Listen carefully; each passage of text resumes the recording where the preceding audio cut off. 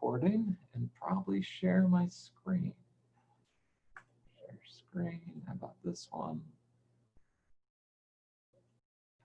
All right. Hopefully you can see this. I always have weird problems on Zoom, so if this looks really weird or if it's too small, let me know and I can go back to the other size. I just have one of those really wide screens, so sometimes when presenting it looks a little funky. So if it's a problem, shout out and I'll change it back, or I'll keep going.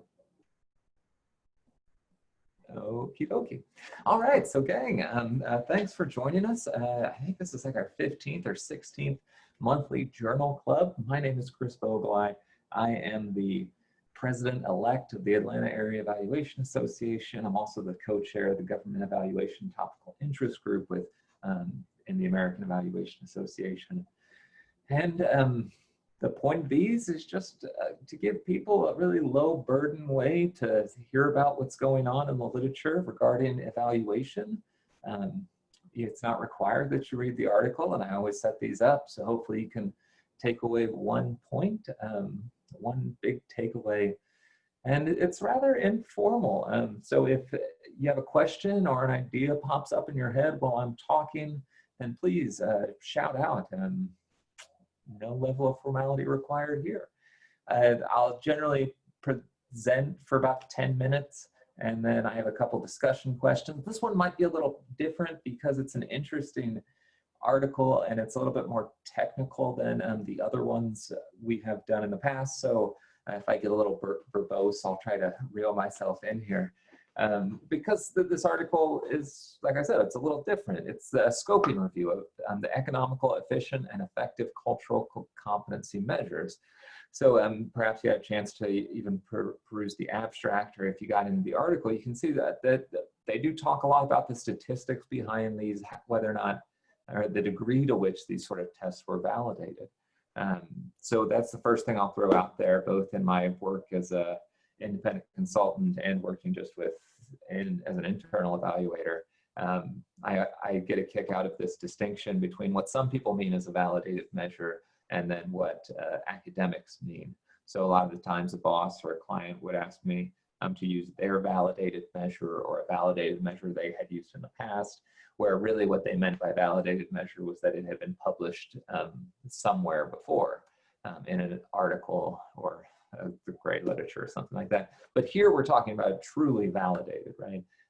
They do factor analysis, reliability, validity testing, what I think most people would refer to as validated measures.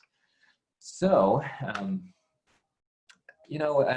just because I know there's a number of different definitions around cultural competence and cultural competency, I thought I would just base this conversation around what the authors used as their definition of cultural competency, and we'll see how some of the measures detract from this a little bit, but that's okay. So, they use, and hopefully I'm pronouncing this right, if somebody knows the pronunciation better than I, DeAngelis, is that how?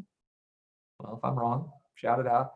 2015's definition, the ability to understand, appreciate, and interact with people from cultures or belief systems different from one's own.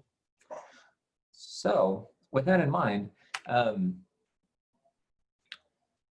they essentially did a literature review of a plethora, right? It was a couple thousand, a few thousand articles, not even a few thousand, about 10,000 articles they went through, trying to figure out which of these measures met their inclusion and exclusion criteria here, right? The tool measures cultural competency or sensitivity in healthcare providers. So that's probably the first big caveat here when we're talking about these different measures. They were really focused on healthcare providers, either students that would one day be healthcare providers or people currently in the field. So we can imagine how there might be very different tests or even very different assumptions of creating tests when they're for different people. One, I love this, maybe it's just the community psychologist in me, but that are no cost, right? The survey has to have no cost associated with it. They do start off talking about one that actually met all of their criteria, but this one, but I'm not going to talk about it just because I only had a limited amount of time and I'm a windbag. So although we're going to talk about 6, there's actually a 7th one. I think it's like $9 a test. So if you happen to have money to run it, that's something to consider. Easy to use, have a record of successful use, and have shown adequate psychometric properties, right? That's what I was talking about, that, you know, the factor analyses were run on them, and that it has good face validity, good reliability, all of that. And speaking to that, I'm actually not going to go into the stats of it all. I didn't think that would be a compelling presentation to you fine folks. And if you want to know the real statistics, the reliability of all of these, they're right there in the article. But this isn't a presentation about me critiquing how they included the measures in here, but rather to share what the measures are, to know that if you're wanting to use something like this, please consider these, because these authors did a very diligent job of trying to figure them out. So this is the approach I'm generally going to take with all 6 of these. I'll name what the survey is, what it says it measures, the number of items. On a lot of these, we're going to see different ones because they have different variations of them. Like this one, the CCCS, the Cross Cultural Care Survey, has 2 different ones, the original one and the short one. And then to give you an idea of how they measure stuff, I report on the scales. If you want to find the original article, then what it is, because it's not this article, right? You'd have to go back. And my cat's jumping around, sorry about that. And then I always try to present as many of the items as I can. These probably aren't word for word. You can get all of these instruments for free, like the criteria says. The method of getting them are all talked about very specifically in the article. The vast majority of them are reaching out to the original authors. One had a survey, or had a link to a website through Georgetown, but it was actually down at the current time. But I still managed to find a few of them. So they're all available. Sometimes we'll just take an email. But anyway, that's the reference point. Man, I've already talked. See, I told you I'm a windbag. I was only going to talk for 10 minutes. And anyway, so yeah, there are 2 versions of this one, the original and the short. These are all of the items on the right-hand side that make up the short one. We can see they're broken up into different components: skillfulness, knowledge, and attitude. Where skillfulness, people rate them on a Likert scale of 1 to 5, not at all skillful, very skillful. So for example, taking a social history. And since this is residents' self-perceived preparedness, we're talking about ourselves. We can imagine the instructions being very clear about this. So I had to limit the content here. But if I was a resident and I'm perceiving my own preparedness, my own skillfulness to take a social history, I would rate myself, right? 1 to 5. And then the knowledge runs from very unprepared to well-prepared. Yeah, to talk to know about health beliefs at odds with Western medicine, right? Rate myself. So really, all of these are, yeah, it's a self-assessment. I was going to say an inventory. That's probably not the right word, but to where we're really getting people to reflect on their own thoughts, beliefs, attitudes, and skills with them. Here's the next one the authors mentioned, meet all their criteria, the Cultural and Linguistic Competence Health Practitioner Assessment. So what does it measure, right? Practitioners' attitudes, knowledge, and skills defined in the literature as integral to culturally and linguistically competent care.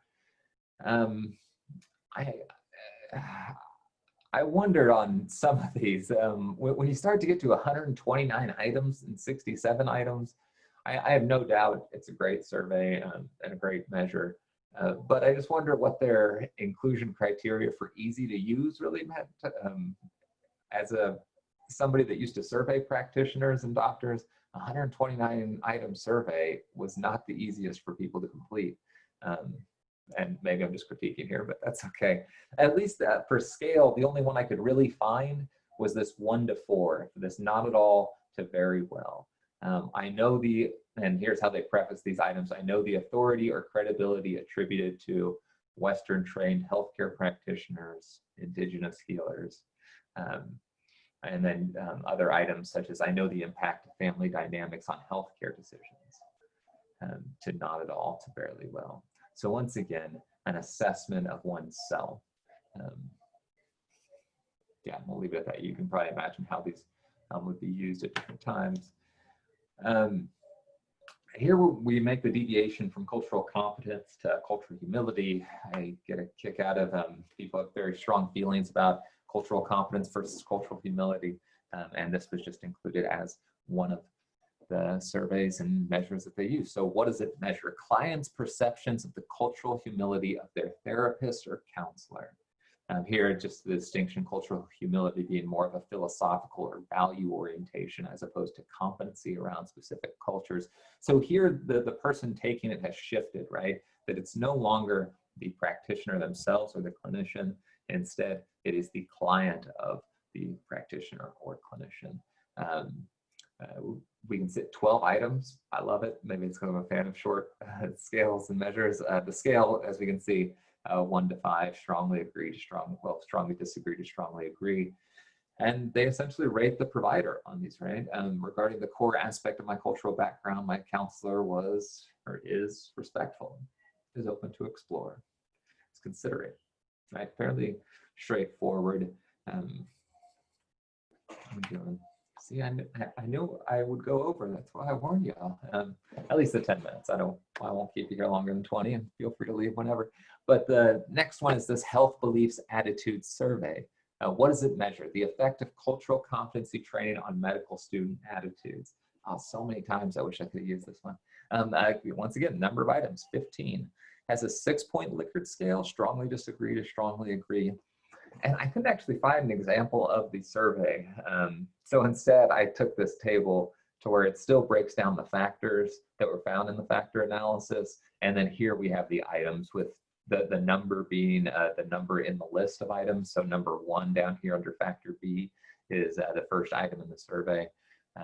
So individuals would rate here, physicians should ask patients for their opinions about illness or problems, strongly disagree to strongly agree.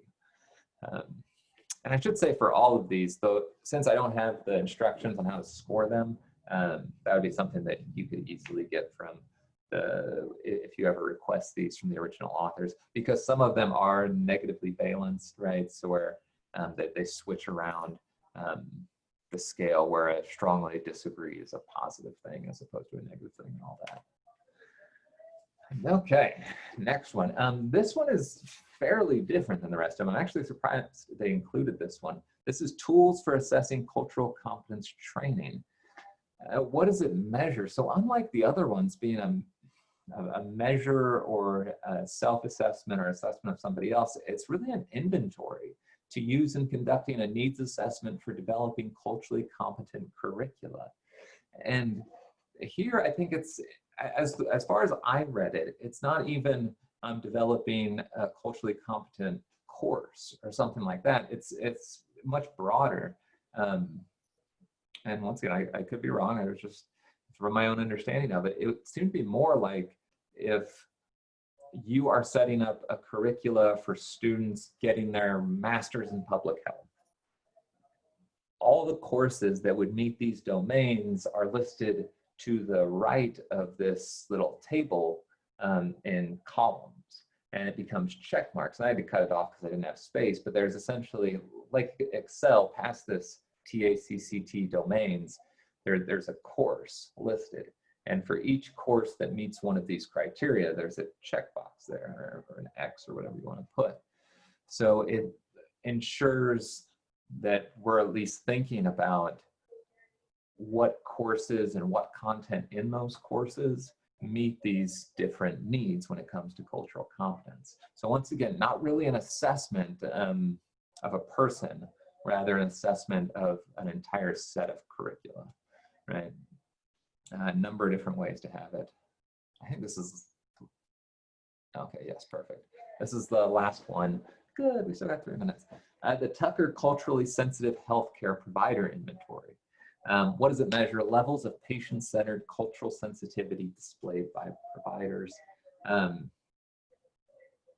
once again, 125 item version, 134. I just can't imagine having a patient or a provider fill that out. But maybe if there's enough financial incentive, or if the provider just does that awful of a job, you're going to have patients that don't want to talk all about it. But the scale is 1 to 4, again, strongly disagree to strongly agree, where it sounds like, not sounds like, at least from the way I'm reading it, since I didn't have the actual item or the actual tools themselves, it looks like the patient is rating their provider on all of these, right? Knows what he or she is doing, strongly disagree to strongly agree. And then how you score those is really something for when you gather, but I couldn't imagine it's something any more complicated than averaging or something like that. So let me go back for a second. Thoughts? What do we think about these measures? I do have some discussion questions I can throw up here, but I just want your initial reactions. I don't pretend to be an expert in cultural competency or let alone measuring it, but I know this question has come up in a lot of work that I've done in the past, and it's an interesting conundrum to live in. Great. Hi, it's Nicholas here. How are you doing? Good, sir. How are you? Great, great. I'm at the Andrew Young School of Policy Studies at Georgia State. And so one of my courses is program evaluation, and just the area of interest that I'm working in now is really cultural competency and this idea of how do we actually go about measuring. And so I think that one of the things you were talking about is really that connection, that one-to-one connection between the definition that DeAngelis throws out and then saying, are there measures that speak to the attitudes, beliefs? I think you always talk about skills as well. So that's just first a comment on that. The other one, I wanted to ask a question for you in terms of your experience, because I was looking at the surveys themselves and the Likert scale, and I noticed that in some of them they had even number options as opposed to odd number options. And I know they're trying to avoid that neutral bias, but what are your thoughts about that? Because at least for me, because of the, you're talking about 120 something survey, that sometimes there's kind of survey fatigue and folk get just mad and they just start checking boxes. So what are your thoughts there? Absolutely, and I'll let anybody else chime in after I throw in my thoughts, because I know this is still to this day a little hotly debated. There's been a couple of AEA 365 blog posts about it. And I guess my bias coming in here is that it almost has seemed like the odd number of choices has been the default. So a lot of people, that's just where they go first. They want 5, they want 7. My biggest problem with having a neutral or middle option is that many times throughout my evaluation life, there have been items where there should not be a neutral option.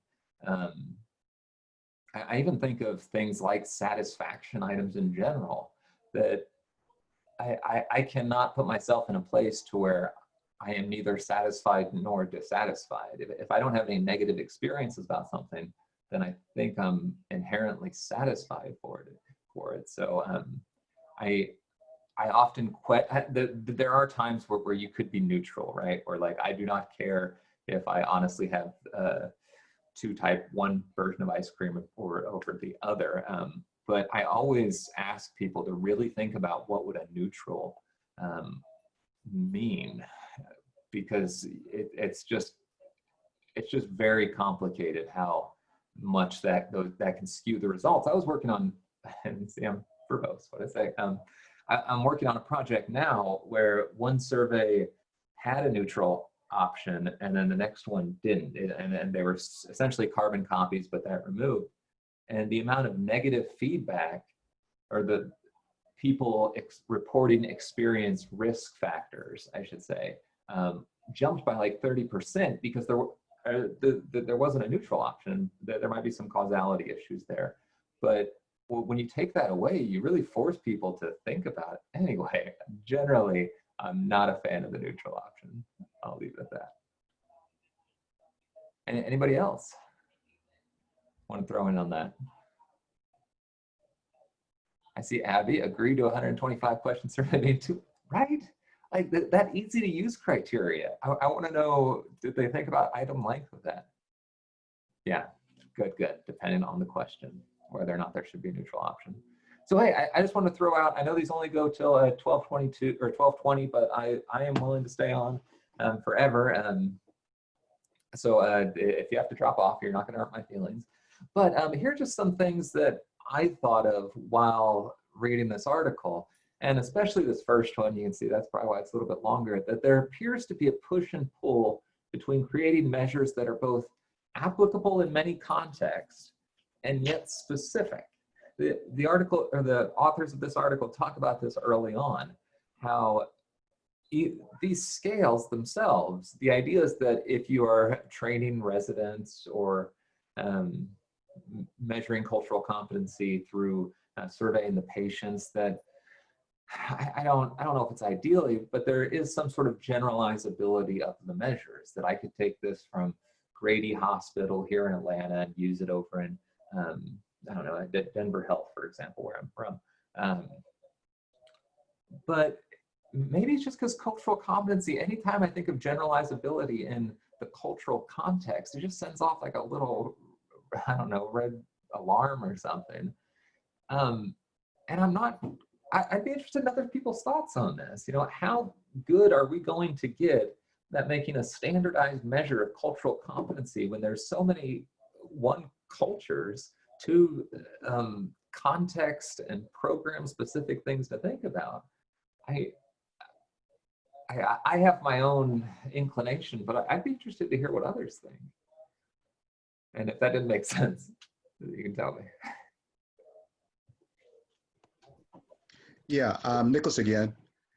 And so, you know, the challenge, I think, first begins with really nailing down, again, like you say, the definition, right? Largely, as we're looking at our literature, I think we also have to deal with our own sort of Western biases and understandings, right?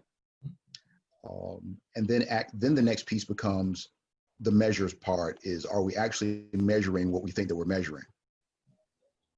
Because I was really looking at your, I guess that second question, and there are a number of articles out there. Largely, they're talking about that healthcare space.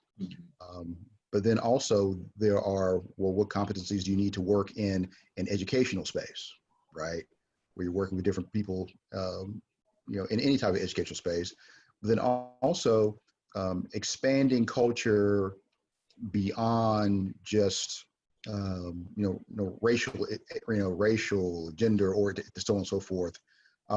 Because what happens when we start talking about a business culture or a military culture, or others like that? And so that just adds layers of complexity to our work. No, I totally agree, Robert. That the broader that definition gets, I could just see trying to create one or even many standardized measures. I mean, it would be difficult. And I would be very leery about picking, unless the context is so similar that I really am in a hospital, probably with the same breakdown of cultural context. It just makes me leery, as I hope you can see by my hesitation and even trying to think through this, that when they do talk about this article, in the article, about how some of these measures have been adapted for different populations or different groups, but those either have or haven't been tested. That seems a whole different game to me, and I'd be interested in looking into that more. Does anybody have any thoughts on either of these two questions here? The second one, are there any other measures that people know of that measure? That seems weird. That measure cultural competency or cultural humility? Now, are there any other surveys people like to use, or even different methodologies, right? They don't even have to be surveys. Have you heard of any? Abby, we see you. Hi. Hi. Yeah, I was just responding to your first question a little bit and thinking about the article and the one that was patient administered, because that may be a little more transferable because it's more about their experience and how they felt treated by the providers. And so that could potentially be more transferable, because it's really just about, is the patient feeling like their provider listened to them and they knew what they were talking about.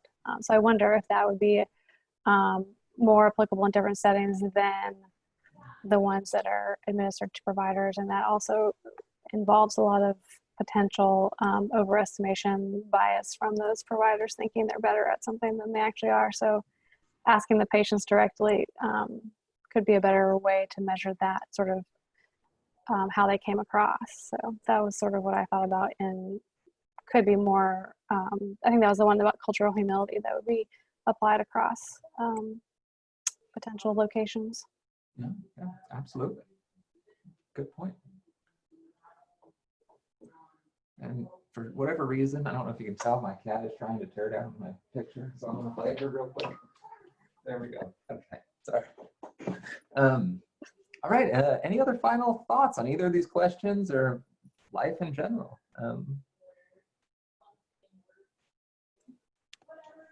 I thought it was a good article.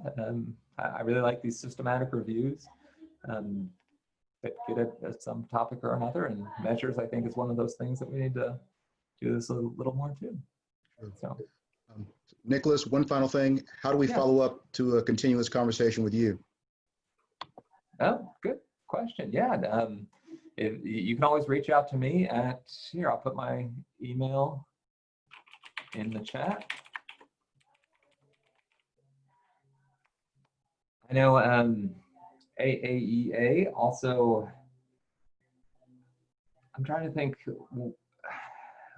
we did have another training on cultural competency, and I should say from like an evaluation lens, not just a cultural competency training.